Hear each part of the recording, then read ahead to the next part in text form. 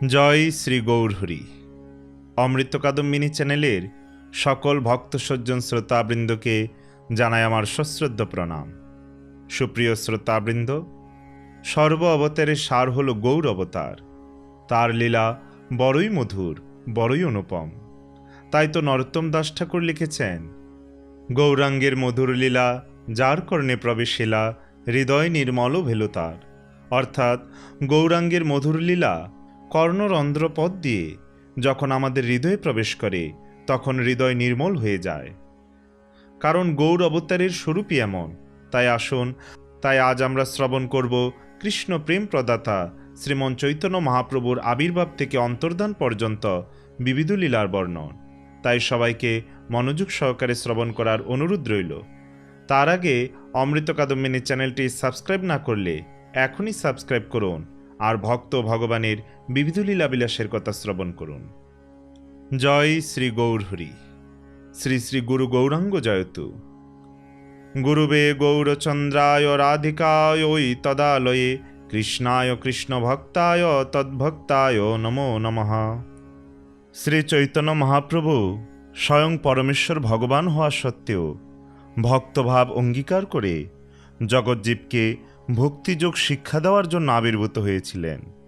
ঠিক যেমন একজন শিক্ষক কিভাবে পড়তে বা লিখতে হয় তা শেখানোর জন্য তার ছাত্রকে পড়ে শোনান অথবা লিখে দেখান। মনে হতে পারে তিনি একজন ছাত্রের মতো পড়েন বা লিখেন, কিন্তু শিক্ষক হিসেবে সব কিছু জেনেও মূলত শিক্ষা দেওয়ার জন্যই তিনি তা করেন। পরমেশ্বর ভগবান শ্রী চৈতন্য মহাপ্রভু তদ্রূপ ভক্তের ভূমিকা নিয়ে আমাদের ভক্তি শিক্ষা দিয়েছেন। শ্রী চৈতন্য মহাপ্রভুর শিক্ষার সঙ্গে ভগবদ্গীতা ও ভাগবতের শিক্ষার কোনো পার্থক্য নেই। তা পরমেশ্বর ভগবান শ্রীকৃষ্ণের শিক্ষার ব্যবহারিক প্রয়োগ। ভগবদ্গীতার চরমোপদেশ পরমেশ্বর ভগবান শ্রীকৃষ্ণের শরণাগত হওয়া। জড়জাগতিক সুখের দ্বারা মোহগ্রস্ত হয়ে মানুষ ইন্দ্রিয় তর্পণে ব্যস্ত হওয়ার কারণে ভগবত প্রদত্ত এ জ্ঞান হারিয়ে যেতে বসেছিল। কলিহত জীব এই উপহার হেলায় হারালেও পরম করুণাময় পরমেশ্বর ভগবান শ্রীকৃষ্ণ সেই জ্ঞানের বাস্তব প্রয়োগ ভক্তিযোগ শিক্ষা দেওয়ার জন্য শ্রীকৃষ্ণ চৈতন্য মহাপ্রভু রূপে এসেছেন। শ্রী চৈতন্য ভাগবতে শ্রীল বৃন্দাবন দাস ঠাকুর অত্যন্ত সুন্দরভাবে মহাপ্রভুর প্রথম জীবনের কাহিনী বর্ণনা করেছেন। আর মহাপ্রভুর শিক্ষা অত্যন্ত উজ্জ্বলভাবে বর্ণিত হয়েছে শ্রী চৈতন্য চরিতামৃতে।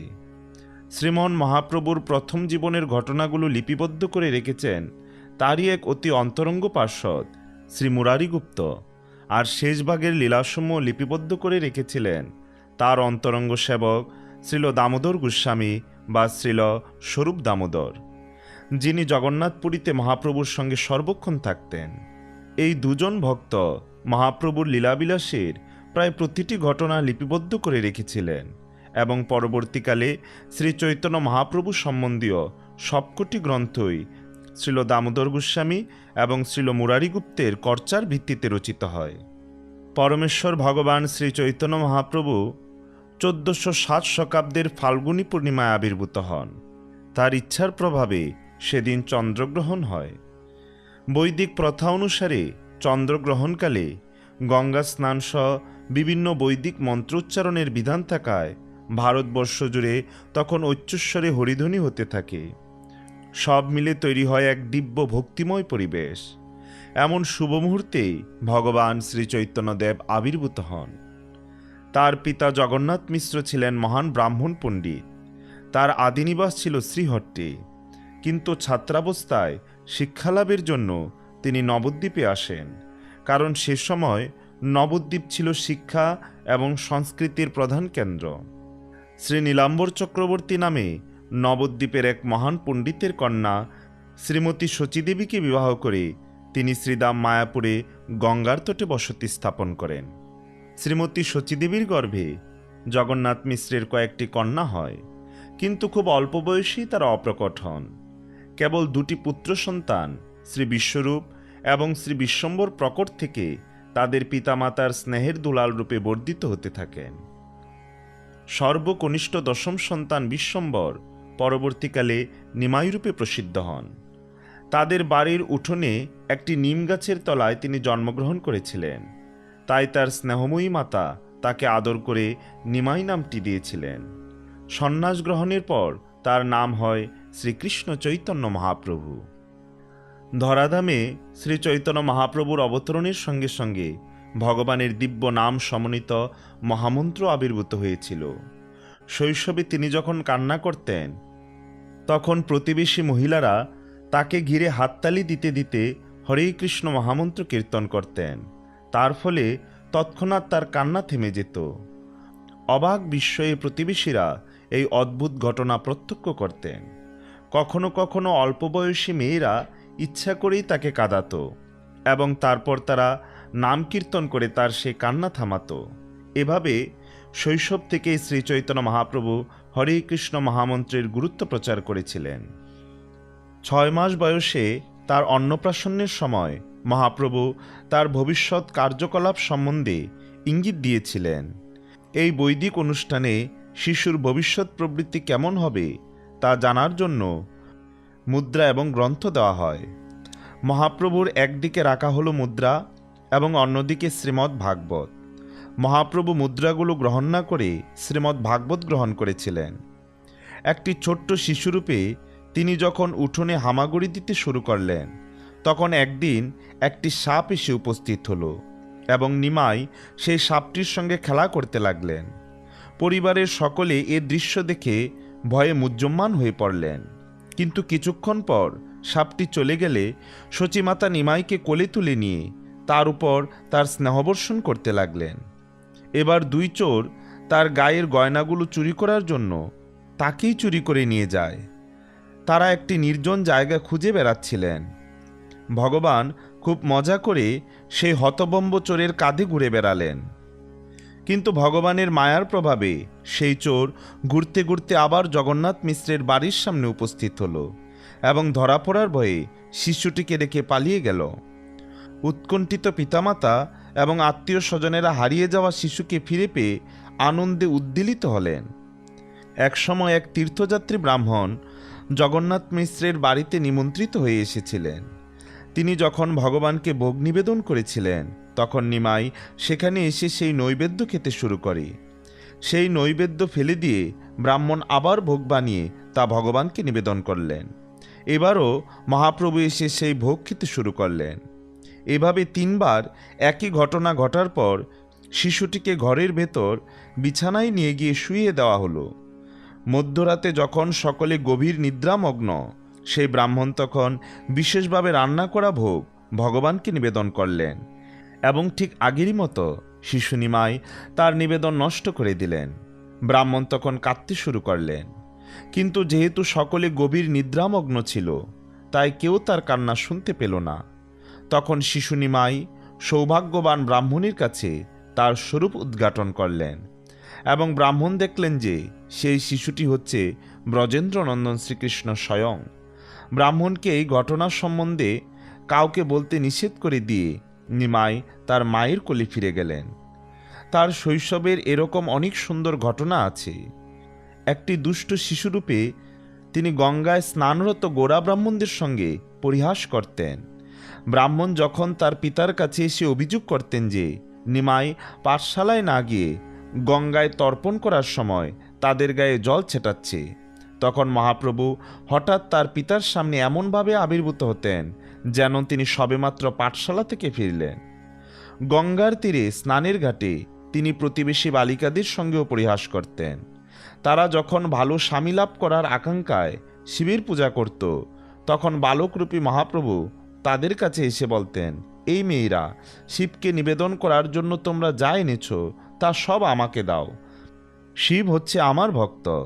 তোমরা যদি আমার পূজা করো তাহলে শিব আর অন্য দেবতারাও অত্যন্ত প্রীত হবে। তাদের কেউ কেউ মহাপ্রভুর এই প্রস্তাব মেনে নিতে পারত না, আর মহাপ্রভু তখন তাদের অভিশাপ দিতেন, আমাকে যদি নৈবেদ্য না দাও তাহলে তোমার বুড়ো স্বামী হবে আর 4টি সতীন থাকবে। ভয় পেয়ে বা কখনো ভালোবেসে বালিকারা তাকে তাদের সেই নৈবেদ্য এনে দিত। তখন মহাপ্রভু তাদের আশীর্বাদ করতেন যে অতি সুপুরুষ যুবকের সঙ্গে তাদের বিবাহ হবে এবং তাদের বহু পুত্র সন্তান হবে। তারা এই আশীর্বাদ লাভ করে বালিকারা অত্যন্ত আনন্দিত হতো, কিন্তু কখনো কখনো তারা তার মায়ের কাছে এ নিয়ে অভিযোগও করত। এভাবে শ্রী চৈতন্য মহাপ্রভু তার শৈশবলীলা প্রদর্শন করেছিলেন। যখন তার বয়স মাত্র 16 বছর, তখন তিনি একটি চতুষ্পাটিকুলে শিক্ষাদান করতে শুরু করেন। এই চতুষ্পাটিতে ব্যাকরণ পড়াতে গিয়েও কৃষ্ণতত্ত্ব বিশ্লেষণ করতেন। এক সময় কেশব কাশ্মীরি নামে কাশ্মীরের এক মহাপণ্ডিত শাস্ত্র সিদ্ধান্ত বিষয়ে তর্ক করার জন্য নবদ্বীপে আসেন। এই কাশ্মীরি পণ্ডিত ভারতের সর্বত্র ভ্রমণ করে সমস্ত বড় বড় পণ্ডিতকে পরাজিত করে দিগ্বিজয়ী নামে খ্যাত হয়েছিলেন। একদিন সন্ধ্যাবেলায় গঙ্গা তীরে শ্রী চৈতন্য মহাপ্রভু যখন তার শিষ্য পরিবৃত্ত হয়ে শাস্ত্রকথা আলোচনা করেছিলেন, তখন সেই দিগ্বিজয়ী পণ্ডিত সেখানে এসে উপস্থিত হলেন। তাকে দেখে মহাপ্রভু ঈষৎ এসে সাদরে তাকে বসতে আহ্বান জানালেন। যদিও সেই কাশ্মীরি পণ্ডিত স্বভাবতই নির্ভীক ছিলেন, কিন্তু মহাপ্রভুকে দর্শন করে তার মনে প্রবল ভীতির সঞ্চার হয়। শ্রী চৈতন্য মহাপ্রভু কাশ্মীরি পণ্ডিতের সঙ্গে কিছুক্ষণ আলোচনা করার পর বললেন, আপনার কবিত্বের সীমা নেই, এমন কিছু নেই যার আপনি বর্ণনা করতে পারেন না। এখন কৃপা করে গঙ্গার মহিমা বর্ণনা করুন, তা শুনে সকলের পাপ বিমোচিত হোক। মহাপ্রভুর সে কথা শুনে দিগ্বিজয়ী পণ্ডিত তৎক্ষণাৎ গঙ্গার মহিমা বর্ণনা করলেন। তিনি একের পর এক শ্লোক রচনা করতে লাগলেন এবং কতভাবে যে তিনি গঙ্গার মহিমা বর্ণনা করলেন তার কোনো তুলনা হয় না। তার জিহ্বায় সরস্বতী স্বয়ং অধিষ্ঠিতা ছিলেন। তার কবিত্ব বুঝতে পারা সাধারণ মানুষের পক্ষে সম্ভব ছিল না। প্রভুর শত শত শিষ্যরা অবাক হয়ে তার সেই বর্ণনা শুনতে লাগলেন। এভাবে প্রায় এক প্রহর ধরে সেই দিগ্বিজয়ী গঙ্গার মহিমা বর্ণনা সূচক শ্লোক রচনা করে তা আবৃত্তি করতে লাগলেন। অবশেষে তিনি যখন থামলেন, তখন শ্রী গৌরসুন্দর হেসে বললেন, আপনি যা বর্ণনা করলেন তা যদি বুঝিয়ে না দেন তাহলে তা বুঝার উপায় নেই, তাই আপনি দয়া করে তা ব্যাখ্যা করে শোনান। মহাপ্রভুর এই মনোহর বিনয় বাক্য শুনে পণ্ডিত ব্যাখ্যা করতে লাগলেন, কিন্তু ব্যাখ্যা করা মাত্রই মহাপ্রভু তার আদি মধ্য অন্ত 3 স্থানেই ত্রুটি দেখলেন। একবার শোনা মাত্রই পণ্ডিতের সবকটি শ্লোক তার মুখস্থ হয়ে গিয়েছিল। তিনি 64তম শ্লোকটির মধ্যে শব্দ এবং অলঙ্কারের নানা রকম ভুল প্রদর্শন করেন। অত্যন্ত বিস্মিত হয়ে পণ্ডিত ভাবতে লাগলেন যে কিভাবে এইটুকু একটি ব্যাকরণের ছাত্র তার মতো একজন বিখ্যাত পণ্ডিতের ভুল ধরতে পারে। তিনি সরস্বতীর বরপ্রাপ্ত ছিলেন, তাই তিনি ভাবতে লাগলেন, নিশ্চয়ই দেবীর কাছে আমার কোনো অপরাধ হয়েছে, তাই আমার প্রতিভা সংকুচিত হয়েছে। সেই রাতে দেবী সরস্বতী তার সামনে আবির্ভূতা হয়ে তাকে বললেন, হে ব্রাহ্মণ, তুমি যার কাছে আজ পরাজিত হলে তিনি হচ্ছেন পরমেশ্বর ভগবান। আমি তার শ্রী পাদপদ্মের নিরন্তর দাসী, তাই তার সামনে আসতে লজ্জা পাই। তুমি যে তার কাছে পরাজিত হয়েছ তা তোমার পরাজয় নয়, তা তোমার বিজয়। সকালবেলা ঘুম থেকে উঠেই সে কাশ্মীরি পণ্ডিত এসে মহাপ্রভুকে প্রণতি জানালেন। মহাপ্রভুও তাকে আলিঙ্গন করলেন। এভাবে দিগ্বিজয়ী পণ্ডিত মহাপ্রভুর কাছে আত্মসমর্পণ করলেন। মহাপ্রভু তাকে বললেন, দিগ্বিজয় করিব বিদ্যার কার্য নহে, ঈশ্বর ভজিলে সেই বিদ্যা সত্য কহে। সেও সে বিদ্যার ফল জানিহ নিশ্চয়, কৃষ্ণ পাদ পদ্মে যদি চিত্তবৃত্ত রয়। এই বলে মহাপ্রভু তাকে পরমেশ্বর ভগবানের পাদপদ্মে আত্মসমর্পণ করার নির্দেশ দিলেন। তার জীবনের প্রথম 24 বছর তিনি নবদ্বীপে শৈশব এবং গারস্থ লীলাবিলাস করেন। মহাসমারোহে শ্রীমতী লক্ষ্মীপ্রিয়া দেবীর সঙ্গে মহাপ্রভুর বিবাহ অনুষ্ঠিত হয়। কিন্তু মহাপ্রভু যখন পূর্ব বাংলায় শ্রীহট্টে তার পূর্বপুরুষের আলয়ে যান, তখন খুব অল্প বয়সী লক্ষ্মীপ্রিয়া দেবী পরলোক গমন করেন। শ্রী চৈতন্য মহাপ্রভু যখন পূর্ব বাংলা থেকে ফিরে এলেন, তখন তার মায়ের অনুরোধে তিনি দ্বিতীয়বার বিবাহ করতে সম্মত হন। তার দ্বিতীয় পত্নী শ্রীমতী বিষ্ণুপ্রিয়া দেবী। আজীবন তিনি মহাপ্রভুর বিরহে কালাতিপাত করেন, কারণ মহাপ্রভু যখন সন্ন্যাস গ্রহণ করেন তখন বিষ্ণুপ্রিয়া দেবীর বয়স ছিল মাত্র 16 বছর। শ্রী চৈতন্য মহাপ্রভুই নবদ্বীপে ভগবানের নাম সংকীর্তন প্রচার করতে শুরু করেন। তার জনপ্রিয়তা দেখে কিছু ব্রাহ্মণ খুব ঈর্ষান্বিত হয়ে পড়ে। এবং তারা তার প্রচার কার্যে নানা রকম বিঘ্ন উৎপাদন করতে শুরু করে। তারা এত ঈর্ষাপরায়ণ হয়ে পড়েছিল যে অবশেষে তারা শ্রী চৈতন্য মহাপ্রভুর বিরুদ্ধে নবদ্বীপের মুসলমান কাজীর কাছে নালিশ করে। কাজী তখন সেই সংকীর্তন বন্ধ করার জন্য তার পেয়াদা পাঠান এবং তারা সংকীর্তনকারীদের কয়েকটি মৃদঙ্গ ভেঙে দেয়। শ্রী চৈতন্য মহাপ্রভু এই ঘটনার কথা জানতে পেরে সত্য প্রতিষ্ঠার জন্য তিনি ভারতবর্ষে এক মহা আন্দোলনের সূচনা করেছিলেন। তিনি হাজার হাজার মৃদঙ্গ এবং করতাল সহ লক্ষ লক্ষ মানুষ নিয়ে এক বিরাট শোভাযাত্রার আয়োজন করেন এবং কাজীর আইন অমান্য করে এই শোভাযাত্রা নবদ্বীপের পথে পথে হরিনাম কীর্তন করতে করতে কাজীর বাড়ির দিকে এগিয়ে যায়। সেই বিশাল জনসমাবেশ কাজীর বাড়ির সামনে সমবেত হয়ে প্রচণ্ড ক্রোধ প্রকাশ করতে থাকে, কিন্তু শ্রী চৈতন্য মহাপ্রভু তাদের শান্ত হতে বলেন। মহাপ্রভুর আশ্বাস পেয়ে অবশেষে কাজী তার ঘর থেকে বেরিয়ে আসেন এবং মহাপ্রভুকে গ্রাম সম্পর্কে তার ভাগ্নে বলে সম্বোধন করে তাকে শান্ত করতে চেষ্টা করেন। তিনি তাকে বলেন যে গ্রাম সম্পর্কে শ্রী চৈতন্য মহাপ্রভুর মাতামহ শ্রী নীলাম্বর চক্রবর্তী হচ্ছেন তার মামা এবং সেই সূত্রে তার মা শ্রীমতী শচীদেবী হচ্ছেন তার ভগ্নী। তিনি মহাপ্রভুকে জিজ্ঞাসা করেন, মামার প্রতি ক্রুদ্ধ হওয়া কি ভাগ্নের উচিত? মহাপ্রভু তখন উত্তর দেন যে যেহেতু কাজী হচ্ছেন তার মামা, তাই তার কর্তব্য হচ্ছে যথাযথভাবে ভাগ্নেকে গৃহে স্বাগত জানানো। এভাবে পরিস্থিতি অনেকটা শান্ত হয় এবং দুই বিদ্বান পণ্ডিত কোরআন এবং হিন্দুশাস্ত্র সম্পর্কে দীর্ঘ আলোচনায় প্রবৃত্ত হয়। শ্রী চৈতন্য মহাপ্রভু তখন কাজীকে বোঝালেন এবং কাজী তখন শ্রী চৈতন্য মহাপ্রভুর চরণাশ্রয় গ্রহণ করলেন। তারপর কাজী ঘোষণা করেছিলেন যে শ্রী চৈতন্য মহাপ্রভুর প্রবর্তিত সংকীর্তন যজ্ঞে কেউ যেন কখনো বাধা না দেয় এবং তিনি তার উইলে লিখে যান যে তার বংশের কেউ যদি সংকীর্তনে বাধা দেয় তাহলে সে তৎক্ষণাৎ বংশচ্যুত হবে। নবদ্বীপে শ্রীধাম মায়াপুরের সন্নিকটে শ্রী চাঁদকাজীর সমাধি এখনও বর্তমান আছে এবং ভগবত ভক্তরা এখনও সেখানে গিয়ে তাদের শ্রদ্ধার্ঘ্য নিবেদন করেন। এ ঘটনার পর শ্রী চৈতন্য মহাপ্রভু ভাগবত ধর্ম বা সংকীর্তন আন্দোলন আরও প্রবলভাবে প্রচার করতে শুরু করলেন এবং এই যুগধর্ম প্রচারে যখনই কেউ কোনো রকম বাধা দিতে এসেছে তিনি বিভিন্নভাবে তাদের শাস্তি দিয়েছেন। চাপাল এবং গোপাল নামে দুজন ব্রাহ্মণ গ্রাম সম্পর্কে শ্রী চৈতন্য মহাপ্রভুর মামা ছিলেন। মহাপ্রভুর প্রতি অপরাধের শাস্তিস্বরূপ তাদের গলিত কুষ্ঠরোগ হয়, কিন্তু যখন তারা তাদের অপরাধ স্বীকার করে ক্ষমা প্রার্থনা করেন তখন তারা রোগমুক্ত হন এবং মহাপ্রভু তাদের উপর তার কৃপাবর্ষণ করেন। ভগবানের নাম প্রচার করার জন্য মহাপ্রভু প্রতিদিন তার অনুগামীদের বিভিন্ন স্থানে পাঠাতেন। তার দুই প্রধান পার্ষদ নিত্যানন্দ প্রভু এবং হরিদাস ঠাকুরও নগরের ঘরে ঘরে গিয়ে ভগবানের বাণী প্রচার করতেন। সে সময় সমস্ত নবদ্বীপ তার সংকীর্তনে মুখর হয়ে উঠেছিল। তার দুই প্রধান গৃহস্থ ভক্ত শ্রীবাস ঠাকুর এবং শ্রী অদ্বৈত আচার্য প্রভুর বাড়ি ছিল তার এই সংকীর্তনের কেন্দ্রস্থল।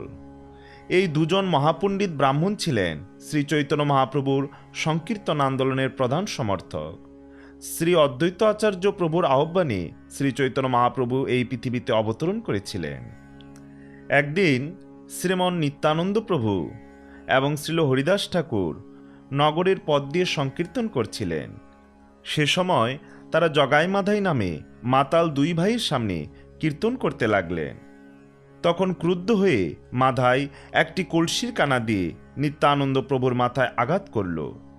প্রভুর কপাল কেটে ধরধর করে রক্ত ঝরতে লাগল, কিন্তু নিত্যানন্দ প্রভু এতই করুণাময় ছিলেন যে এ কাজের জন্য কোনো রকম প্রতিবাদ না করে তিনি বললেন, তুমি যে আমাকে কলসির কানা ছুঁড়ে মেরেছ তাতে আমি কিছু মনে করিনি, কিন্তু আমার একমাত্র অনুরোধ যে তুমি পরমেশ্বর ভগবান শ্রীহরির নাম কীর্তন করো।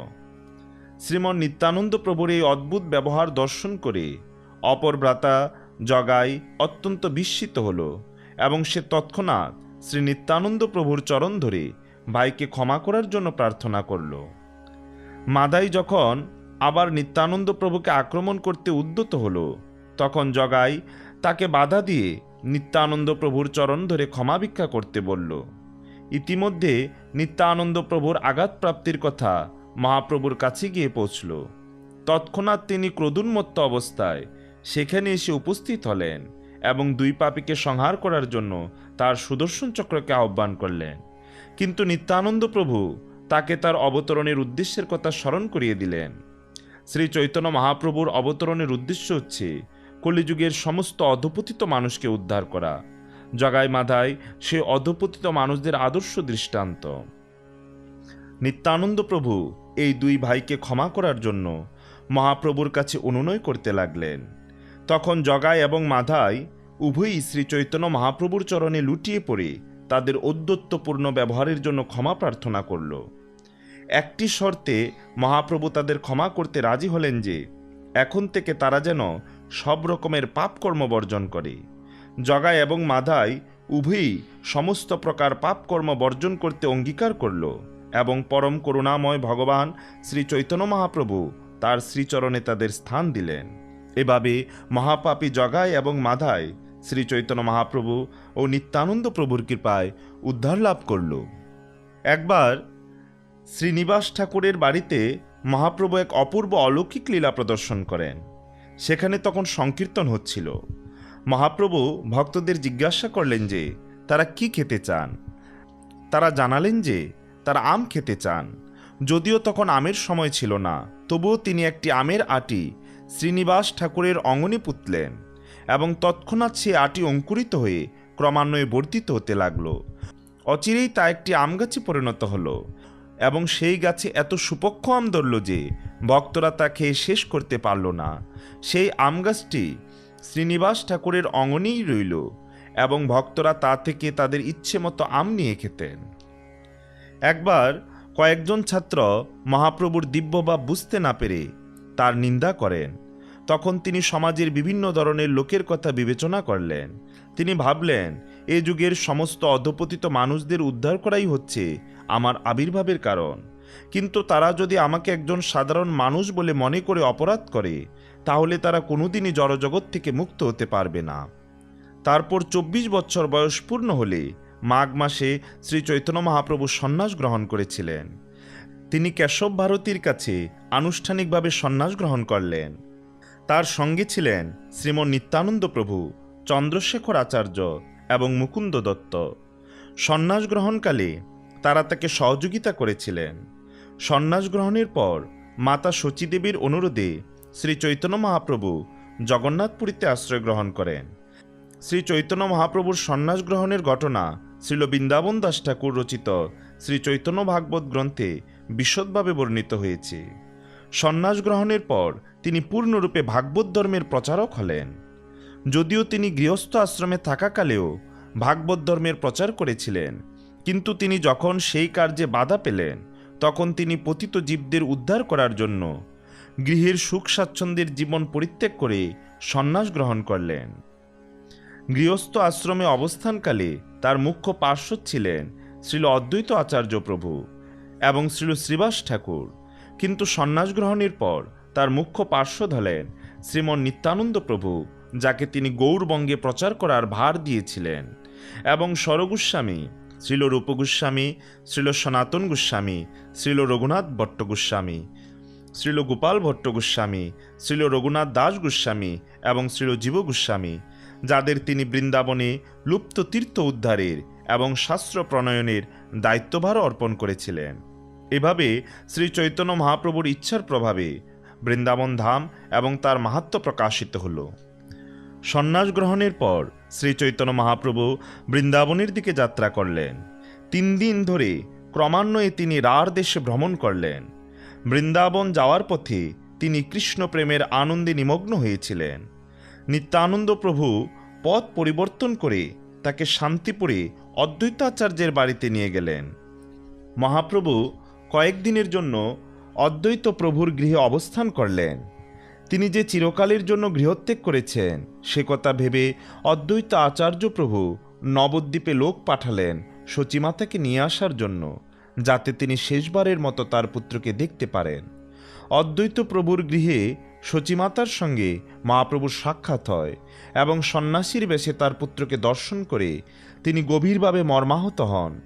শচীমাতা তাকে অনুরোধ করেছিলেন তিনি যেন জগন্নাথপুরীতে থাকেন, যাতে লোক মুখে মাঝে মাঝে তিনি তার সংবাদ পেতে পারেন। শ্রী চৈতন্য মহাপ্রভু তার স্নেহময়ী মাতার ইচ্ছা পূরণ করতে সম্মত হয়েছিলেন। এই ঘটনার পর শ্রী চৈতন্য মহাপ্রভু সমস্ত নবদ্বীপবাসীকে শোক সমুদ্রে নিমজ্জিত করে পুরীর দিকে যাত্রা করলেন। শ্রী চৈতন্য মহাপ্রভু জগন্নাথপুরী যাওয়ার পথে অনেক গুরুত্বপূর্ণ স্থান দর্শন করেছিলেন। তিনি রেমুনায় ক্ষীরচোরা গোপীনাথের মন্দির দর্শন করলেন। মাধবেন্দ্র পুরীর জন্য গোপীনাথজির ক্ষীর চুরি করার কাহিনী মহাপ্রভু পরম আনন্দের সঙ্গে আস্বাদন করলেন। উড়িষ্যার বালেশ্বর জেলায় রেমুনায় ক্ষীরচোরা গোপীনাথজির মন্দির দর্শন করার পর মহাপ্রভু আবার পুরীর দিকে যাত্রা করলেন এবং পথে তিনি সাক্ষী গোপালের মন্দির দর্শন করলেন। দুজন ব্রাহ্মণের পারিবারিক কলহের সমাধান করার জন্য সাক্ষী হয়ে গোপাল বৃন্দাবন থেকে পায়ে হেঁটে বিদ্যানগরে এসেছিলেন। পরম আনন্দের সঙ্গে শ্রী চৈতন্য মহাপ্রভু সাক্ষী গোপালের কাহিনী শ্রবণ করলেন। সেই বিগ্রহ পরে জগন্নাথপুরীর সন্নিকটে প্রতিষ্ঠা করা হয় এবং শ্রী বিগ্রহের নাম অনুসারে সেই জায়গার নাম হয় সাক্ষী গোপাল। সেখানে এক রাত অবস্থান করে মহাপ্রভু পুনরায় রওনা হলেন। পথে শ্রী নিত্যানন্দ প্রভু তার সন্ন্যাস দণ্ড ভেঙে ফেলেন। সেজন্য মহাপ্রভু আপাতভাবে তার সহগামীদের প্রতি ক্রোধ প্রদর্শন করলেন এবং তাদের সঙ্গ পরিত্যাগ করে একাই পুরীতে গেলেন। পুরীতে জগন্নাথ দেবের মন্দিরে প্রবেশ করে তিনি প্রেমাবেশে মূর্ছিত হলেন। মন্দিরের পাণ্ডারা মহাপ্রভুর এই অপাকৃত ভাব বুঝতে পারল না। সেখানে সার্বভৌম ভট্টাচার্য নামে একটি মহাপণ্ডিত উপস্থিত ছিলেন। তিনি বুঝতে পারলেন যে মন্দিরে প্রবেশ করে ভগবানের শ্রীবিগ্রহ দর্শন করে প্রেমাবেশে তার এই মূর্ছা কোনো সাধারণ ব্যাপার নয়। মহারাজ প্রতাপরুদ্রের সভাপণ্ডিত সার্বভৌম ভট্টাচার্য শ্রী চৈতন্য মহাপ্রভুর অঙ্গজ্যোতি দেখে আকৃষ্ট হলেন এবং তিনি বুঝতে পারলেন যে এই অপাকৃত সমাধি অবস্থা অতি উন্নত মার্গের। শ্রী চৈতন্য মহাপ্রভুকে তার বাড়িতে নিয়ে গিয়ে সার্বভৌম ভট্টাচার্য শাস্ত্র সিদ্ধান্তের পরিপ্রেক্ষিতে তাকে পুঙ্খানুপুঙ্খভাবে পরীক্ষা করলেন। সার্বভৌম ভট্টাচার্য যখন তাকে জগন্নাথপুরীতে প্রথম দর্শন করেন তখন তিনি মনে করেছিলেন যে মহাপ্রভু অন্যান্য তীর্থযাত্রীদের মতোই সাধারণ এক তীর্থযাত্রী। ইতিমধ্যে মহাপ্রভুর সহচরেরা মন্দিরে এসে উপস্থিত হলেন। তারা তার অপাকৃত মূর্ছার কথা জানতে পারলেন।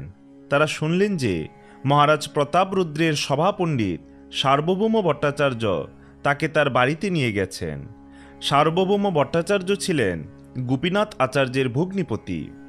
গোপীনাথ আচার্য সবাইকে নিয়ে সার্বভৌম ভট্টাচার্যের বাড়ি গেলেন।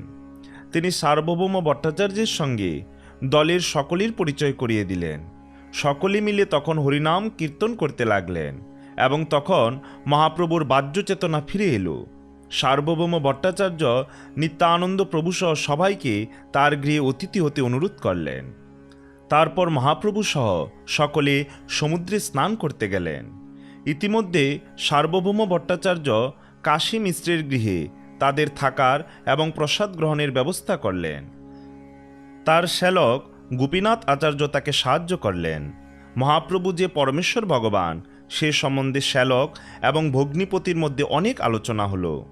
গোপীনাথ আচার্য মহাপ্রভুকে আগে থেকে জানতেন।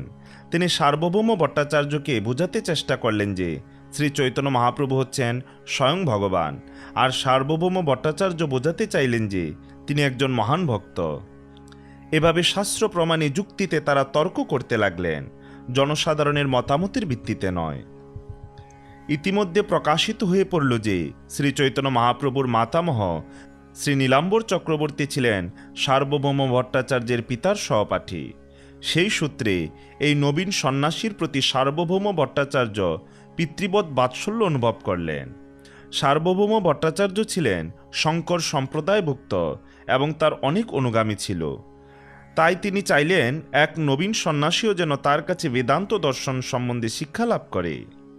শ্রী চৈতন্য মহাপ্রভু ভট্টাচার্যের সামনে একজন মূর্খ শিষ্যের অভিনয় করতে লাগলেন।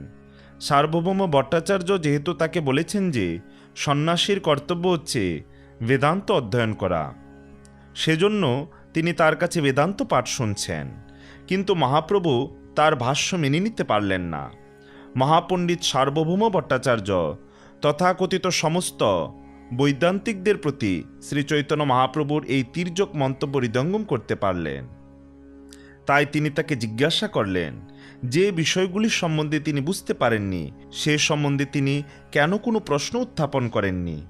মহাপ্রভুর নীরবতার কারণ ভট্টাচার্য বুঝতে পারলেন। তখন মহাপ্রভু বললেন, জন্মদাস্য জাতঃ শাস্ত্রজনিত্বাৎ এবং অথাত ব্রহ্ম জিজ্ঞাসা। বেদান্তের এই সূত্রগুলি আমি বুঝতে পারি, কিন্তু সে সম্বন্ধে আপনার ব্যাখ্যা আমি বুঝতে পারিনি। সূত্রের অর্থ প্রকাশ করে ভাষ্য, কিন্তু আপনি যে ভাষ্য করেছেন তাতে সূত্রের অর্থ আচ্ছাদিত হয়ে পড়েছে। আপনি সূত্রের মুখ্য অর্থ ব্যবহার করেননি, আপনার মনগড়া ব্যাখ্যা দিয়ে তা আপনি আচ্ছাদিত করেছেন। শ্রী চৈতন্য মহাপ্রভু মায়াবাদী প্রদত্ত সূত্রের সমস্ত কল্পিত ভাষ্যগুলির দোষ বর্ণনা করলেন। তখন ভট্টাচার্য ন্যায় এবং ব্যাকরণের বাক্য বিনাশের দ্বারা তার যুক্তি এবং মায়াবাদ দর্শনের পক্ষে সমর্থন করার চেষ্টা করেন, কিন্তু মহাপ্রভু তার অখণ্ডনীয় যুক্তির দ্বারা তাকে পরাস্ত করেন। তিনি প্রতিপন্ন করেন যে আমরা সকলেই পরমেশ্বর ভগবানের সঙ্গে নিত্য সম্পর্কযুক্ত এবং সেই সম্পর্কের ভিত্তিতে ভগবানের প্রেমময়ী সেবা হচ্ছে আমাদের স্বাভাবিক বৃত্তি। এই সম্পর্কের বিনিময়ের ফলে ভগবৎ প্রেম লাভ হয়। ভগবৎ প্রেম লাভ হলে স্বাভাবিকভাবেই অন্য সমস্ত জীবের প্রতিও স্বতঃস্ফূর্তভাবে দয়ার প্রকাশ হয়, কেননা সমস্ত জীবই হচ্ছে ভগবানের বিভিন্ন অংশ। শ্রী চৈতন্য মহাপ্রভুর সমস্ত যুক্তি শ্রবণ করে ভট্টাচার্য বিস্ময়ে এবং শ্রদ্ধায় হতবাক হয়ে যান এবং আর কিছু বলতে সমর্থ না হয়ে তিনি চুপ করে থাকেন। মহাপ্রভু তখন তাকে আশ্বাস দিয়ে বলেন যে বিস্মিত হওয়ার কোনো কারণ নেই। ভগবত ভক্তি হচ্ছে পরম পুরুষার্থ, মানব জীবনের সর্বোচ্চ লক্ষ্য। তারপর তিনি শ্রীমদ্ ভাগবতের একটি শ্লোকের উদ্ধৃতি দিয়ে তাকে বললেন, যে সমস্ত মুক্ত আত্মা আত্মোপলব্ধির আনন্দেই মগ্ন এবং যারা সর্বত্রভাবে জড়জাগতিক কুলুষমুক্ত হয়েছেন তারাও পরমেশ্বর ভগবান শ্রীহরির ভক্তিযুক্ত সেবায় যুক্ত হন, কেননা পরমেশ্বর ভগবান তার অপাকৃত গুণাবলীর প্রভাবে আত্মা রামদেরও আকৃষ্ট করেন। তখন ভট্টাচার্য শ্রীমদ্ ভাগবতের আত্মারাম শ্লোকে ভাষ্য শুনতে ইচ্ছা করেন। মহাপ্রভু প্রথমে ভট্টাচার্যকে সেই শ্লোক বিশ্লেষণ করতে বলেন এবং তারপর তিনি নিজে তা বিশ্লেষণ করবেন বলে কথা দেন। ভট্টাচার্য ছিলেন তখনকার দিনে তর্কশাস্ত্রের সবচেয়ে বিখ্যাত পণ্ডিত। তর্কশাস্ত্রের বিবিধ বিধান অনুসারে তিনি সেই শ্লোকের 9টি বিভিন্ন অর্থ বিশ্লেষণ করেন। ভট্টাচার্যের ব্যাখ্যা শুনে শ্রী চৈতন্য মহাপ্রভু তার পাণ্ডিত্যের প্রশংসা করেন। তারপর ভট্টাচার্যের অনুরোধে তিনি ভট্টাচার্যের 9টি ব্যাখ্যা স্পর্শ পর্যন্ত না করে শ্লোকটির 64 রকমের অর্থ বিশ্লেষণ করেন। মহাপ্রভু বিশ্লেষণ করেন যে মুক্তি শব্দটি হচ্ছে বিষ্ণু বা পরমেশ্বর ভগবান, তাই জড়জগতের বন্ধন থেকে মুক্তিলাভ করতে হলে পরমেশ্বর ভগবানের সেবায় যুক্ত হতে হবে। শ্রী চৈতন্য মহাপ্রভুর কাছে আত্মারাম শ্লোকের ব্যাখ্যা শ্রবণ করে ভট্টাচার্য নিশ্চিতরূপে বুঝতে পারলেন যে এ ধরনের পাণ্ডিত্যপূর্ণ বিশ্লেষণ কোনো সাধারণ মানুষের পক্ষে সম্ভব নয়।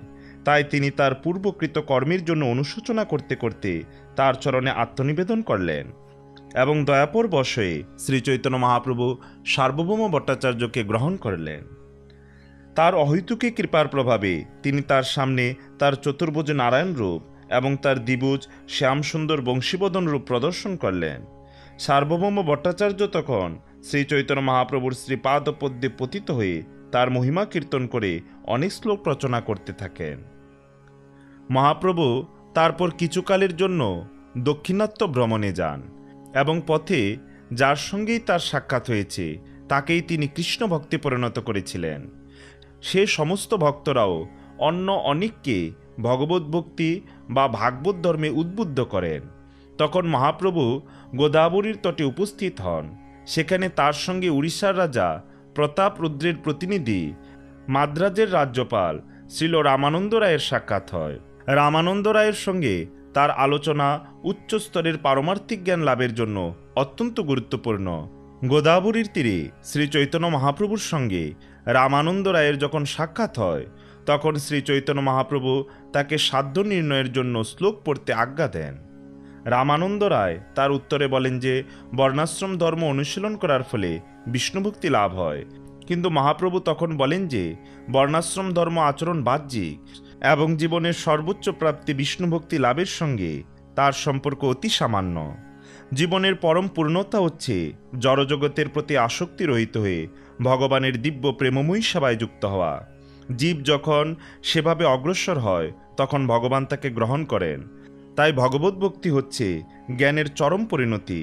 পরমেশ্বর ভগবান শ্রীকৃষ্ণ যখন সমস্ত অধপতিত জীবকে উদ্ধার করার জন্য আবির্ভূত হয়েছিলেন, তখন সমস্ত জীবের উদ্ধারের পথ প্রদর্শন করে তিনি বলেছিলেন, পরমেশ্বর ভগবান হচ্ছেন সমস্ত জীবের উৎস, তাই সর্বান্তকরণে তারই আরাধনা করতে হবে, কেননা সব কিছু হচ্ছে তার শক্তির প্রকাশ।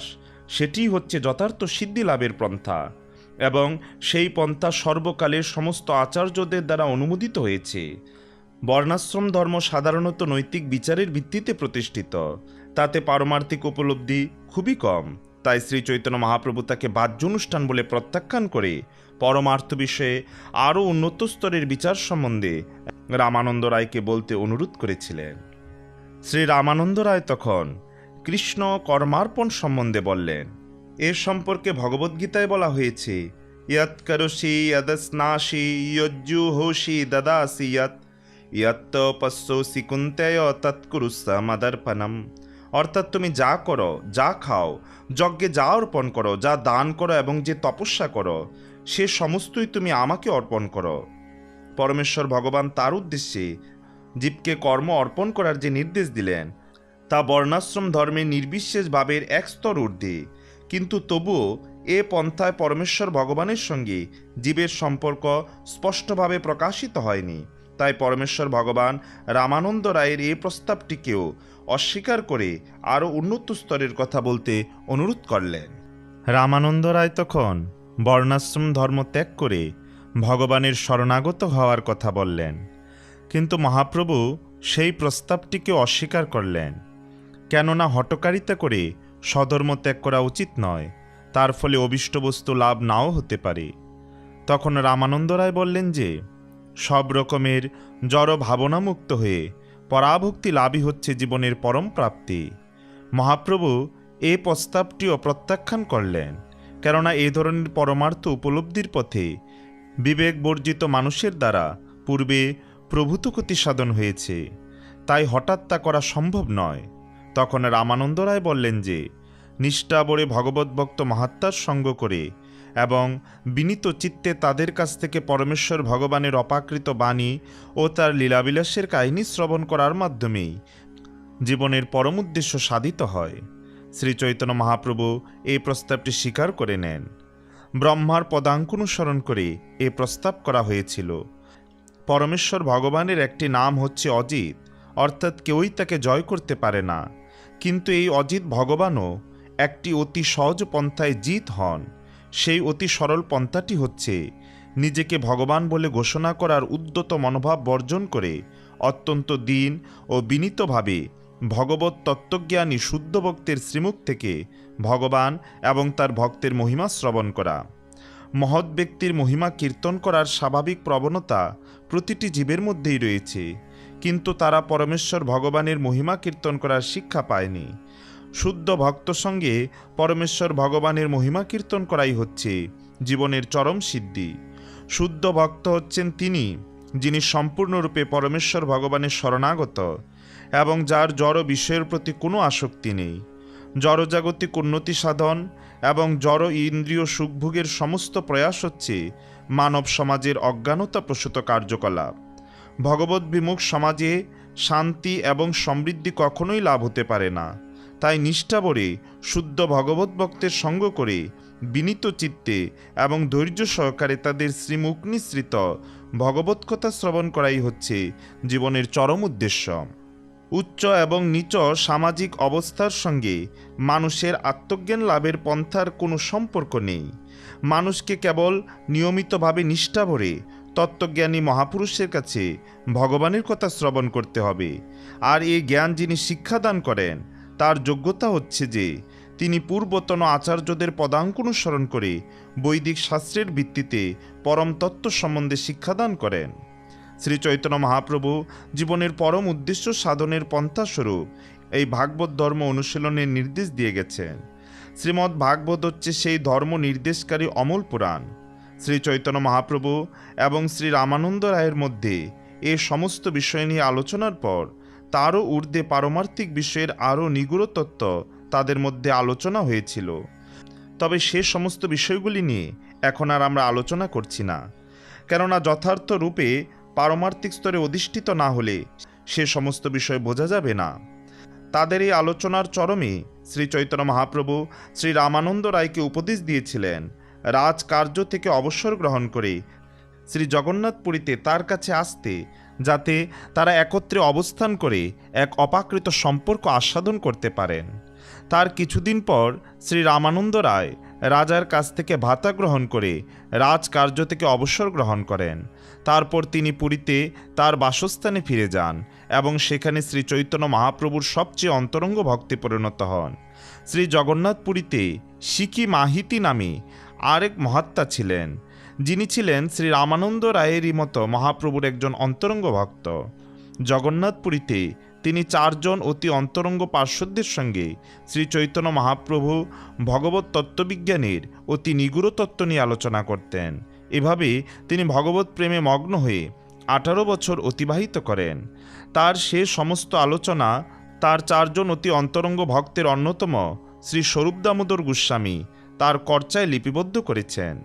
শ্রী চৈতন্য মহাপ্রভু সারা দক্ষিণাত্য ভ্রমণ করে সেখান থেকে 2টি অত্যন্ত গুরুত্বপূর্ণ প্রাচীন শাস্ত্রগ্রন্থ উদ্ধার করেন। সেগুলো হচ্ছে ব্রহ্মসংহিতা এবং কৃষ্ণ কর্ণামৃত। ভগবত ভক্তদের কাছে এই গ্রন্থ 2টি অমূল্য সম্পদ স্বরূপ। তারপর দক্ষিণাত্য ভ্রমণান্তে শ্রী চৈতন্য মহাপ্রভু জগন্নাথপুরীতে ফিরে আসেন। শ্রী চৈতন্য মহাপ্রভু জগন্নাথপুরীতে ফিরে এলে সমস্ত উৎকণ্ঠিত ভক্তরা যেন নবজীবন লাভ করলেন। মহাপ্রভু সেখানে অবস্থান করে তার অপাকৃত ভগবত উপলব্ধির উন্নত লীলারস আস্বাদন করেছিলেন। সেই সময়ের সবচেয়ে উল্লেখযোগ্য ঘটনা হচ্ছে মহারাজ প্রতাপরুদ্রকে তার দর্শন দান। মহারাজ প্রতাপরুদ্র ছিলেন একজন মহান ভগবত ভক্ত। তিনি নিজেকে মনে করতেন জগন্নাথ দেবের এক অনুগত্য বৃত্ত এবং তার কাজ ছিল মন্দির মার্জন করা। তার এই বিনীত মনোভাবের জন্য শ্রী চৈতন্য মহাপ্রভু তার প্রতি অত্যন্ত প্রসন্ন হয়েছিলেন।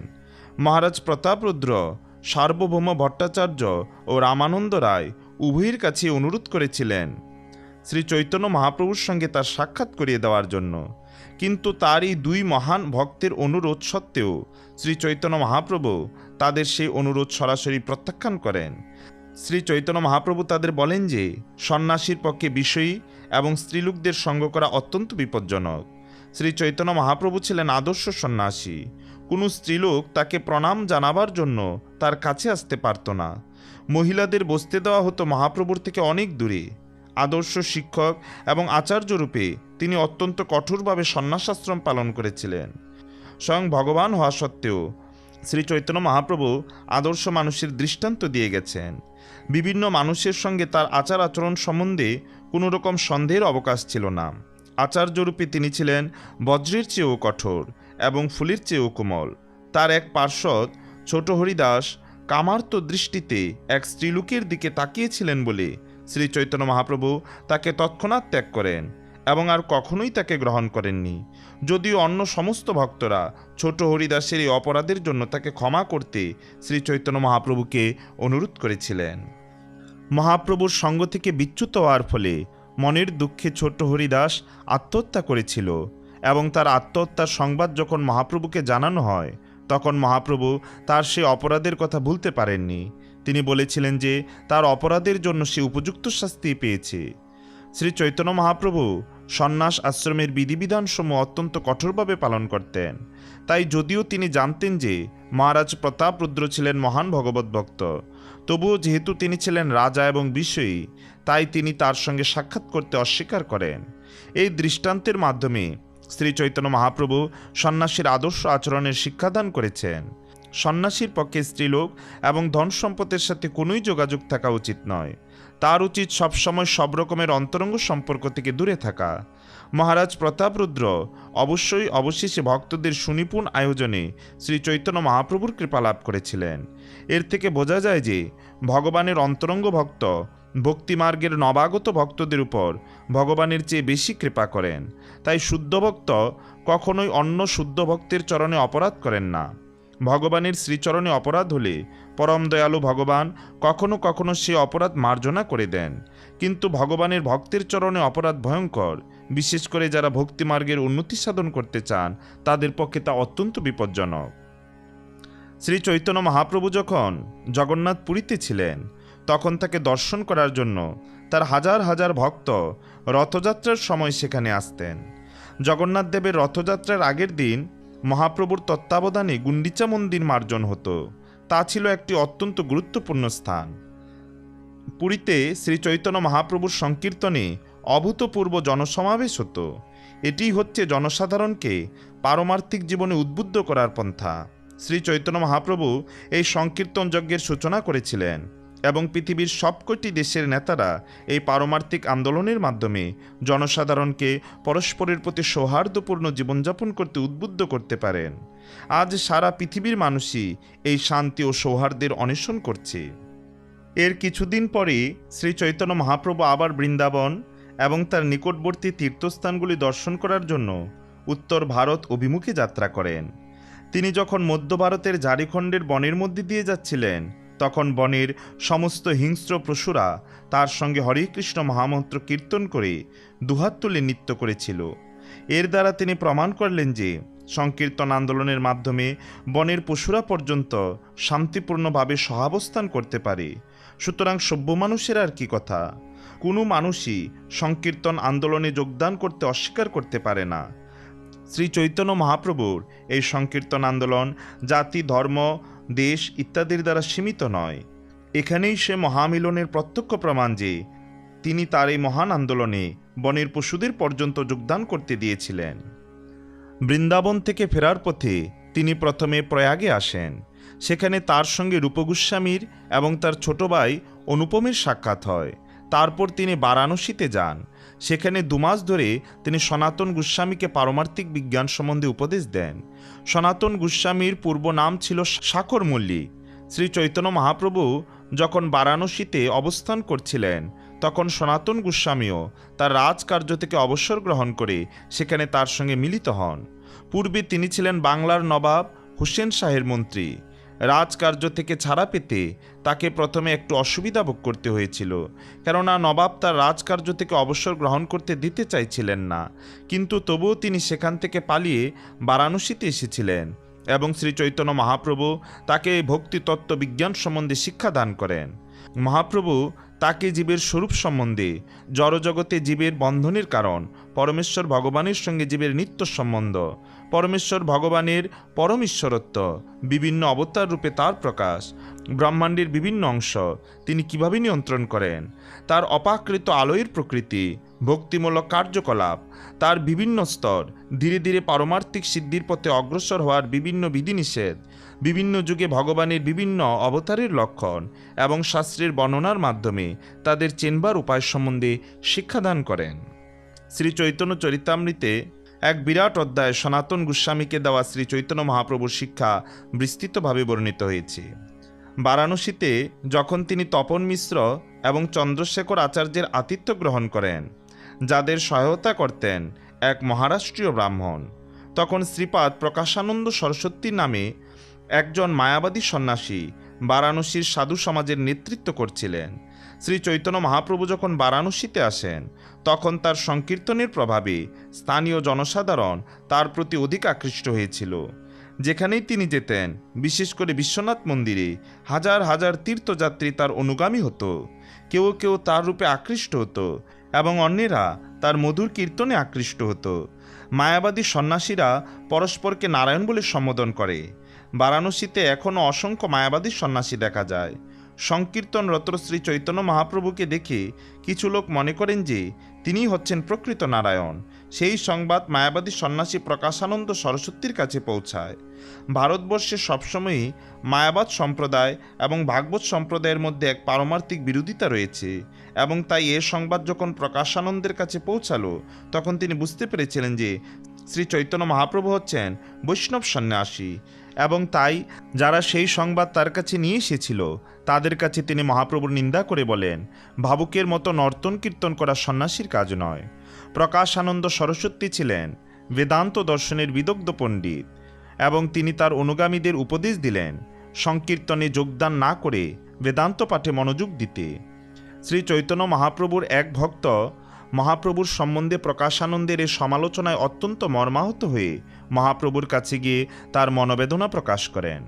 প্রকাশ আনন্দকে যদিও সেই ব্রাহ্মণ কয়েকবার চৈতন্য নামটি উচ্চারণ করতে শুনেছিলেন, কিন্তু তিনি একবারও কৃষ্ণ নাম উচ্চারণ করতে চাননি এবং তা দেখে সেই ব্রাহ্মণ অত্যন্ত বিস্মিত হয়েছিলেন। শ্রী চৈতন্য মহাপ্রভু স্মিত হেসে তখন সেই ব্রাহ্মণকে বোঝালেন কেন মায়াবাদীরা শ্রীকৃষ্ণের দিব্য নাম উচ্চারণ করতে পারে না। তিনি বলেছিলেন, মায়াবাদী কৃষ্ণে অপরাধী, ব্রহ্ম আত্মা চৈতন্য কহে নিরবধি, অতএব তার মুখে নাই সে কৃষ্ণ নাম কৃষ্ণ স্বরূপ দুই তো সমান, নাম বিগ্রহ স্বরূপ তিন এক রূপ, তিন ভেদ নাহি তিন চিদানন্দ রূপ, দেহদেহীর নাম নামের কৃষ্ণে নাহি ভেদ, জীবের ধর্ম নাম দেহ স্বরূপে বিভেদ। তাই কৃষ্ণের নাম দেহ লীলাবিলাস ইত্যাদি প্রাকৃত ইন্দ্রিয়গ্রাহ্য নয়, তা স্বপ্রকাশ। কৃষ্ণের নাম গুণ লীলা ইত্যাদি সবই শ্রীকৃষ্ণের স্বরূপ সম, সবই সচ্চিদানন্দময়। তিনি আরও বললেন, ব্রহ্মজ্যোতিতে লীন হয়ে যাওয়ার যে আনন্দ, শ্রীকৃষ্ণের লীলাবিলাসের মাধুর্য তার চেয়ে অনেক অনেক বেশি আনন্দময়। তা যদি না হতো তাহলে ব্রহ্মজ্ঞানীরা ভগবানের লীলাবিলাসে আকৃষ্ট হতেন না। তারপর শ্রী চৈতন্য মহাপ্রভুর ভক্তরা এক মহাসভার আয়োজন করেছিলেন। সেখানে তারা প্রকাশানন্দ সরস্বতী সহ বারাণসীর সমস্ত সন্ন্যাসীকে নিমন্ত্রণ করেছিলেন। এ সভায় শ্রী চৈতন্য মহাপ্রভু এবং প্রকাশানন্দ সরস্বতী এই দুই বিদগ্ধ পণ্ডিতের সাক্ষাৎ হয় এবং সংকীর্তন আন্দোলনের পারমার্থিক তত্ত্ব সম্বন্ধে আলোচনা হয়। সেই আলোচনার সংক্ষিপ্ত সার হল, বিখ্যাত মায়াবাদী সন্ন্যাসী প্রকাশানন্দ সরস্বতী শ্রী চৈতন্য মহাপ্রভুকে জিজ্ঞাসা করেছিলেন, বেদান্ত পঠন ধ্যান সন্ন্যাসীরও ধর্ম, তাছাড়ি করো কেন ভাবুকেরও কর্ম। তখন মহাপ্রভু অত্যন্ত বিনীতভাবে বলেছিলেন, শুনো শ্রীপাদ ইহারও কারণ, গুরু মোরে মূর্খ দেখি করিল শাসন। এভাবে শ্রী চৈতন্য মহাপ্রভু নিজেকে বেদান্ত পাঠের অযোগ্য বলে মনে করে এ কলিযুগের অসংখ্য মূর্খের সঙ্গে তুলনা করেছিলেন। এ ধরনের মূর্খেরা যেহেতু অনাধিকার চর্চা করে বেদান্ত পাঠ করছে এবং তাদের মনগড়া বিকৃত অর্থ বিশ্লেষণ করছে, তাই সমাজে আজ এত বিশৃঙ্খলা দেখা দিয়েছে। তারপর শ্রী চৈতন্য মহাপ্রভু বলেছিলেন, মূর্খ তুমি তোমার নাহিক বেদান্তাধিকার, কৃষ্ণমন্ত্র জপ সদা এই মন্ত্র সার, নাম বিনা কলিকালে নাহি আর ধর্ম, সর্বমন্ত্র সার নাম এই শাস্ত্রমর্ম। এত বলি এই শ্লোক শিখাইল মোরে, কণ্ঠে করি এই শ্লোক করিহ বিচারে। হরির নাম হরির নামইব কেবলম, কলৌ নাস্তিব্য গতির অন্যথা। আমার গুরুদেবের কাছ থেকে এ আজ্ঞা পেয়ে আমি সর্বক্ষণ এ নাম উচ্চারণ করি এবং তার ফলে আমি এখন উন্মাদ হয়ে গেছি। যখনই আমি এ নাম উচ্চারণ করি তখন আমি নিজেকে সম্পূর্ণভাবে ভুলে যাই এবং আমি কখনো হাসি, কখনো কাঁদি, আবার কখনো উন্মত্তের মতো নৃত্য করি। আমি মনে করেছিলাম যে এভাবে মন্ত্র উচ্চারণ করার ফলে আমি যথার্থই পাগল হয়ে গেছি। তাই আমি আমার গুরুদেবের কাছে গিয়ে সে সম্বন্ধে জিজ্ঞেস করতাম, কিবা মন্ত্র দিলা গোসাই, কিবা তার বল, জপিতে জপিতে মন্ত্র করিল পাগল। সে কথা শুনে আমার গুরুদেব বললেন, কৃষ্ণ নাম মহামন্ত্রের এই তো স্বভাব, যেই জপে তার কৃষ্ণে উপজয়ে ভাব। তিনি বললেন, এ হচ্ছে জীবনের পরম পুরুষার্থ, কৃষ্ণ প্রেমের লক্ষণ। কৃষ্ণ প্রেমের কাছে ধর্ম, অর্থ, কাম এবং মোক্ষ এ চার পুরুষার্থ তৃণতুল্য। ভগবত প্রেম মুক্তিরও উপরের বিষয়, তাই তাকে বলা হয় পঞ্চম পুরুষার্থ। ভগবান শ্রীকৃষ্ণের দিব্য নাম উচ্চারণ করার ফলে কৃষ্ণ প্রেমের উদয় হয়, আর তোমার হৃদয়ে যে সেই প্রেমের উদয় হয়েছে তা তোমার বহুভাগ্যের ফল। তো শ্রী চৈতন্য মহাপ্রভুর কাছ থেকে সে কথা শুনে মায়াবাদী সন্ন্যাসীরা তাকে জিজ্ঞাসা করেছিলেন, হরে কৃষ্ণ মহামন্ত্র কীর্তন করার সঙ্গে সঙ্গে বেদান্ত অধ্যয়ন করলে ক্ষতি কী? প্রকাশানন্দ সরস্বতী জানতেন যে শ্রী চৈতন্য মহাপ্রভু পূর্বে নবদ্বীপে তার পাণ্ডিত্যের জন্য নিমাই পণ্ডিত নামে প্রসিদ্ধ ছিলেন এবং তিনি যে নিজেকে মহামূর্খ বলে ঘোষণা করছেন তার নিশ্চয়ই কোনো নিগুড় অর্থ রয়েছে। তার কাছ থেকে এই প্রশ্ন শুনে শ্রী চৈতন্য মহাপ্রভু মৃদু হেসে বললেন, আপনারা যদি দুঃখ না পান তাহলে আমি আপনাদের এই প্রশ্নের উত্তর দেব। সে কথা শুনে সমস্ত সন্ন্যাসীরা বললেন, তোমারও বচন শুনি জুড়ায় শ্রবণ, তোমার মাধুরী দেখি জুড়ায় নয়ন, তোমার প্রভাবে সবার আনন্দিত মন, কবু অসঙ্গত নহে তোমারও বচন। তখন শ্রী চৈতন্য মহাপ্রভু বললেন, বেদান্ত সূত্র হচ্ছে পরমেশ্বর ভগবানের শ্রী মুখনিসৃত বাণী। তাতে ভ্রম, প্রমাদ, বিপ্রলিপ্সা এবং করণাপাটব এ সমস্ত দোষ নেই। উপনিষদের বাণী বেদান্ত সূত্রে ব্যক্ত হয়েছে এবং তাই হচ্ছে বেদান্ত সূত্রের মৌলিক অর্থ। শ্রীপাদ শঙ্করাচার্য তার যে গৌণ অর্থ বিশ্লেষণ করেছেন তার সঙ্গে সূত্রের কোনো সম্পর্ক নেই। ব্রহ্ম শব্দটির অর্থ হচ্ছে সবচেয়ে মহৎ, অর্থাৎ ব্রহ্ম শব্দের মুখ্য অর্থ ভগবানকে বোঝানো হচ্ছে, যিনি চিদৈশ্বর্যে পরিপূর্ণ এবং যার চেয়ে বড় অথবা সমান আর কেউ নেই, যার বিভূতি দেহ সবই চিন্ময়, কিন্তু দুর্ভাগ্যবশত তার চিৎ বিভূতি আস্বাদন করে তাকে নিরাকার বলে বর্ণনা করা হয়েছে। তার দেহ, স্থান, পরিবার এ সবই চিদানন্দময়। শঙ্করাচার্য যে এভাবে বেদান্ত সূত্রের বিকৃত অর্থ করেছেন তাতে তার কোনো দোষ নেই, কেননা তিনি হচ্ছেন পরমেশ্বর ভগবানের আজ্ঞাবাহী দাস। ভগবানের আজ্ঞাতেই তিনি এ মতবাদ প্রচার করেছিলেন, কিন্তু এ মতবাদ যে শ্রবণ করে তার সর্বনাশ হয়, কেননা পরমেশ্বর ভগবানের দেহকে প্রাকৃত বলে মনে করা সবচেয়ে গর্হিত অপরাধ। জগন্নাথপুরীতে তিনি সার্বভৌম ভট্টাচার্যকে যে কথা বলেছিলেন সে কথাই তিনি তাদের বললেন এবং তার প্রবল যুক্তির কাছে বেদান্ত সূত্রের মায়াবাদ ভাষ্য সম্পূর্ণভাবে বিধ্বস্ত হল। সেখানকার সমস্ত সন্ন্যাসীরা শ্রী চৈতন্য মহাপ্রভুকে স্বয়ং ভগবান বলে চিনতে পেরে অত্যন্ত বিনীতভাবে বললেন, বেদময় মূর্তি তুমি সাক্ষাৎ নারায়ণ, ক্ষম অপরাধ পূর্বে যে কইল নিন্দন। সমস্ত সন্ন্যাসীরা তখন কৃষ্ণ ভক্তে পরিণত হলেন এবং তারা নিরন্তর পরমেশ্বর ভগবান শ্রীকৃষ্ণের নাম গ্রহণ করতে লাগলেন। তারপর তারা শ্রী চৈতন্য মহাপ্রভুকে মাঝখানে বসিয়ে ভগবানের প্রসাদ গ্রহণ করলেন। এভাবে মায়াবাদী সন্ন্যাসীদের আত্মসাৎ করার ফলে বারাণসীতে শ্রী চৈতন্য মহাপ্রভুর জনপ্রিয়তা অত্যন্ত বৃদ্ধি পেল এবং হাজার হাজার মানুষ তার দর্শন করার জন্য আসতে লাগলো। এভাবে শ্রী চৈতন্য মহাপ্রভু অন্য সমস্ত আধ্যাত্মিক মতবাদ পরাস্ত করে ভাগবত ধর্মের সর্বশ্রেষ্ঠত্ব প্রতিষ্ঠা করলেন। তারপর বারাণসীতে সকলেই সংকীর্তনের অপাকৃত আনন্দে নিমজ্জিত হলেন। মথুরায় শ্রী চৈতন্য মহাপ্রভু বিভিন্ন গুরুত্বপূর্ণ তীর্থস্থান দর্শন করতে যান। তারপর তিনি বৃন্দাবনে যান। শ্রী চৈতন্য মহাপ্রভু আবির্ভূত হয়েছিলেন এক অতি বর্ধিষ্ণু ব্রাহ্মণ পরিবারে, আর তার উপর সন্ন্যাসীরূপে তিনি ছিলেন সমস্ত বর্ণ এবং আশ্রমের গুরু। কিন্তু তিনি সব শ্রেণীর বৈষ্ণবদের কাছ থেকে প্রসাদ গ্রহণ করতেন।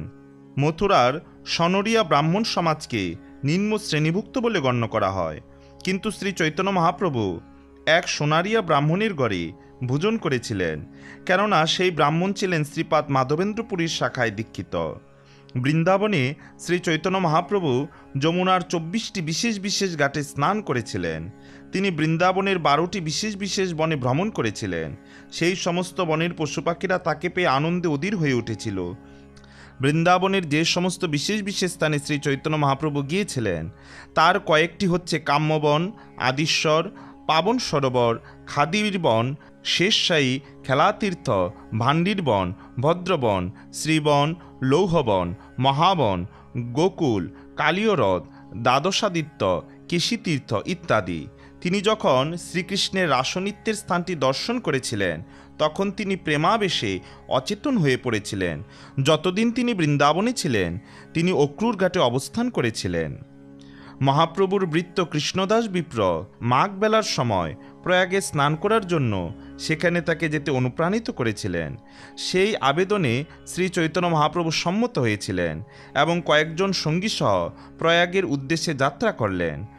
পথে তাদের সঙ্গে কয়েকজন পাঠানির সাক্ষাৎ হয়। তাদের মধ্যে একজন ছিলেন মুসলমান শাস্ত্রে পারদর্শী মৌলানা। তার সঙ্গে এবং তার সহচরদের সঙ্গে শ্রী চৈতন্য মহাপ্রভুর কিছু কথোপকথন হয় এবং তিনি সেই মৌলানাকে বোঝান যে কুরআনেও প্রচ্ছন্নভাবে শ্যাম সুন্দর শ্রীকৃষ্ণের এবং ভাগবত ধর্মের কথা রয়েছে। তারপর সে সমস্ত পাঠানেরা তার আনুগত্য বরণ করে ভগবত ভক্তে পরিণত হন। তিনি যখন প্রয়াগে উপস্থিত হন তখন শ্রীল রূপগোস্বামী এবং তার কনিষ্ঠ ভ্রাতা অনুপম তার সঙ্গে বিন্দুমাধব মন্দিরের সন্নিকটে সাক্ষাৎ করেন। তখন সমস্ত প্রয়াগবাসী গভীর শ্রদ্ধা সহকারে শ্রী চৈতন্য মহাপ্রভুকে স্বাগত জানান। বল্লভ ভট্ট নামে এক ব্রাহ্মণ প্রয়াগের অপর পারে আরাইল নামক গ্রামে বাস করতেন। তিনি শ্রী চৈতন্য মহাপ্রভুকে তার গৃহে অবস্থান করার জন্য নিমন্ত্রণ করেন, কিন্তু তার বাড়িতে যাওয়ার সময় শ্রী চৈতন্য মহাপ্রভু যমুনায় ঝাঁপ দেন। তখন বহু কষ্টে বল্লভ ভট্ট মহাপ্রভুকে অচেতন অবস্থায় জল থেকে তুলে তাকে তার গৃহে নিয়ে যান। প্রয়াগে দশাশ্বমেধ ঘাটে শ্রী চৈতন্য মহাপ্রভু 10 দিন ধরে শ্রীল রূপ গোস্বামীকে ভক্তিতত্ত্ব বিজ্ঞান সম্বন্ধে শিক্ষা দান করেন। তিনি শ্রীল রূপ গোস্বামীকে বোঝান যে 84 লক্ষ বিভিন্ন যোনিতে জীব ভ্রমণ করে, তাদের মধ্যে মনুষ্য জাতিই হচ্ছে সর্বশ্রেষ্ঠ। সেই মানুষের মধ্যে আবার সর্বশ্রেষ্ঠ হচ্ছেন তারা যারা বৈদিক নির্দেশগুলি যথাযথভাবে পালন করেন। তাদের বলা হয় ধর্মাচারী, এবং সেই ধর্মাচারীদের মধ্যে অধিকাংশই কর্মনিষ্ঠ। এরকম অসংখ্য কর্মনিষ্ঠের মধ্যে একজন জ্ঞানী শ্রেষ্ঠ, আবার অসংখ্য জ্ঞানীর মধ্যে 2-1 কেবল মুক্ত, আর এরকম কোটি কোটি মুক্তের মধ্যে একজন কৃষ্ণভক্ত দুর্লভ। শ্রীল রূপ গোস্বামী ছিলেন শ্রীল সনাতন গোস্বামীর কনিষ্ঠ ভ্রাতা। তিনি যখন তার কর্ম থেকে অবসর গ্রহণ করেন, তখন তিনি 2 নৌকা বোঝাই স্বর্ণ তার সঙ্গে নিয়ে এসেছিলেন। এর থেকেই বোঝা যায় যে তিনি কোটি কোটি টাকা উপার্জন করেছিলেন। আর শ্রী চৈতন্য মহাপ্রভুর চরণাশ্রয় গ্রহণ করার জন্য তিনি যখন গৃহত্যাগ করেন, তখন তিনি তার সেই সম্পদের অর্ধাংশ ভগবানের সেবায় এবং তার ভক্তের সেবায় দান করেছিলেন। 1/4 তার আত্মীয় স্বজনদের দিয়েছিলেন এবং অপর 1/4 ভবিষ্যতের জন্য গচ্ছিত রেখেছিলেন। এভাবে সম্পদ বন্টনের ক্ষেত্রে তিনি পরবর্তীকালের সমস্ত গৃহস্থদের জন্য এক আদর্শ দৃষ্টান্ত স্থাপন করে গেছেন। শ্রী চৈতন্য মহাপ্রভু শ্রীল রূপ গোস্বামীকে ভগবত ভক্তির সম্বন্ধে শিক্ষাদান করে বলেছিলেন যে এই ভক্তি হচ্ছে একটি লতার মতো, এবং তিনি তাকে উপদেশ দিয়েছিলেন অত্যন্ত যত্ন সহকারে এই ভক্তিলতাকে শুদ্ধ বৈষ্ণবের চরণে অপরাধরূপী মত্ত অস্থির আক্রমণ থেকে অত্যন্ত সাবধানতার সঙ্গে রক্ষা করতে। আর তাছাড়া সেই লতাটিকে ইন্দ্রিয় সুখভোগ, নির্বিশেষবাদের সাযুজ্য মুক্তি এবং হঠযোগ সিদ্ধির বাসনা থেকেও রক্ষা করতে হবে। এগুলো হচ্ছে ভগবত ভক্তির প্রতি প্রতিবন্ধক। তেমনি জীব হিংসা, লাভ, পূজা, প্রতিষ্ঠা এগুলিও ভগবত ভক্তির বা ভাগবত ধর্মের পথে উন্নতি সাধনের প্রতিবন্ধক। শুদ্ধ ভক্তি যেন অবশ্যই ইন্দ্রিয় সুখভোগের বাসনা, সকাম কর্মের বাসনা এবং নির্বিশেষ ব্রহ্মজ্ঞানের কুলুস থেকে মুক্ত থাকে। সব রকম উপাধি থেকে মুক্ত হয়ে হৃদয় যখন সম্পূর্ণভাবে নির্মল হয়, তখনই কেবল বিশুদ্ধ ইন্দ্রিয়ের দ্বারা সমস্ত ইন্দ্রিয়ের অধীশ্বর শ্রীকৃষ্ণের সেবা করা যায়। হৃদয়ে যতক্ষণ ইন্দ্রিয় সুখভোগের বাসনা থাকে, অথবা পরমেশ্বর ভগবানের সঙ্গে এক হয়ে যাওয়ার বাসনা থাকে, অথবা যোগ সিদ্ধির বাসনা থাকে, ততক্ষণ পর্যন্ত শুদ্ধ ভক্তি লাভ করার কোনো সম্ভাবনাই থাকে না। ভগবত ভক্তি 2টি স্তরে অনুশীলন করা হয়, যথা প্রাথমিক সাধনা এবং স্বতঃস্ফূর্ত অনুরাগ। সাধন ভক্তি অনুশীলন করতে করতে রতির উদয় হয়, রতি থেকে প্রেম, প্রেম বৃদ্ধির ফলে যথাক্রমে স্নেহ, মান, প্রণয়, রাগ, অনুরাগ, ভাব এবং সর্বোচ্চ স্তরে মহাভাবের উদয় হয়। ভগবত ভক্তির বিজ্ঞান শ্রীল রূপ গোস্বামী তার ভক্তির অসামৃত সিন্ধু গ্রন্থে বিশ্লেষণ করেছেন। অপাকৃত ভগবত ভক্তির 5টি স্তর রয়েছে। জড়জগতের বন্ধন মুক্ত হওয়ার পর পারমার্থিক উপলব্ধির যে স্তর, তাকে বলা হয় শান্ত। তারপর যখন ভগবানের দিব্য ঐশ্বর্য সম্বন্ধে অপাকৃত জ্ঞানের বিকাশ হয়, তখন ভক্ত দাস্যরসে ভগবানের সেবায় যুক্ত হন। এই দাস্যরস বর্ধিত হয়ে ভগবানের প্রতি শ্রদ্ধা মিশ্রিত ভ্রাতৃত্ববোধের বিকাশ হয়, এবং তারও ঊর্ধ্বে ভক্ত ভগবানের সমবয়সী খেলার সাথী বলে মনে করেন। এই 2টি স্তরকেই সখ্য ভক্তির স্তর বলা হয়। ভগবত ভক্তি আরও বর্ধিত হয়ে ভক্তের হৃদয়ে ভগবানের প্রতি বাৎসল্য স্নেহের যে বিকাশ হয়, তাকে বলা হয় বাৎসল্য ভক্তি। তারও পরে হচ্ছে মাধুর্য প্রেম, এবং এই স্তরকে ভগবত ভক্তির সর্বোচ্চ স্তর বলে গণ্য করা হয়। এই স্তরগুলো প্রকৃতপক্ষে অপাকৃত এবং তাদের মধ্যে গুণগতভাবে কোনো ভেদ নেই। এভাবে শ্রী চৈতন্য মহাপ্রভু শ্রীল রূপ গোস্বামীকে ভগবত ভক্তি তত্ত্ববিজ্ঞান সম্বন্ধে শিক্ষাদান করেছিলেন, এবং তাকে বৃন্দাবনে শ্রীকৃষ্ণের অপাকৃত লীলাবিলাসের স্থানগুলো যা লুপ্ত হয়ে গিয়েছিল উদ্ধার করার দায়িত্বভার অর্পণ করলেন। তারপর শ্রী চৈতন্য মহাপ্রভু বারাণসীতে ফিরে যান এবং সেখানে মায়াবাদী সন্ন্যাসীদের উদ্ধার করেন এবং শ্রীল রূপ গোস্বামীর জ্যেষ্ঠ ভ্রাতা শ্রীল সনাতন গোস্বামীকে ভগবত ভক্তি তত্ত্ববিজ্ঞান সম্বন্ধে শিক্ষাদান করেন। সে কথা আমরা পূর্বেই আলোচনা করেছি। শ্রী চৈতন্য মহাপ্রভু লিখিতভাবে তার শিক্ষা কেবল 8টি শ্লোকের মধ্যে রেখে গেছেন। সেই শ্লোকগুলো শিক্ষাষ্টক নামে পরিচিত।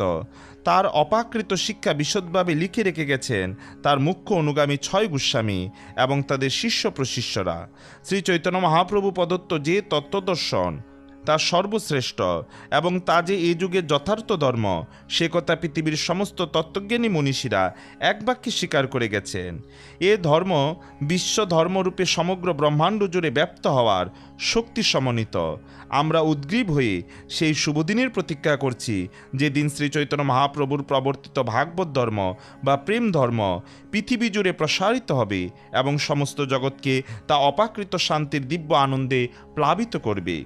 শ্রী চৈতন্য মহাপ্রভুর 1455 শতাব্দে শ্রী শ্রী জগন্নাথপুরীতে তিনি অপ্রকট হন। সুপ্রিয় শ্রোতাবৃন্দ, গৌরাঙ্গের মধুর লীলা আজ এখানেই বিশ্রাম। সবাইকে পরবর্তী ভিডিও দেখার আমন্ত্রণ রইল। জয় জয় শ্রীকৃষ্ণ চৈতন্য মহাপ্রভুর জয়। জয় জয় মহাপ্রভুর সমস্ত ভক্তবৃন্দের জয়। হরে কৃষ্ণ কৃষ্ণ কৃষ্ণ হরে হরে, হরে রাম রাম রাম হরে হরে। জয় শ্রী গৌর হরি।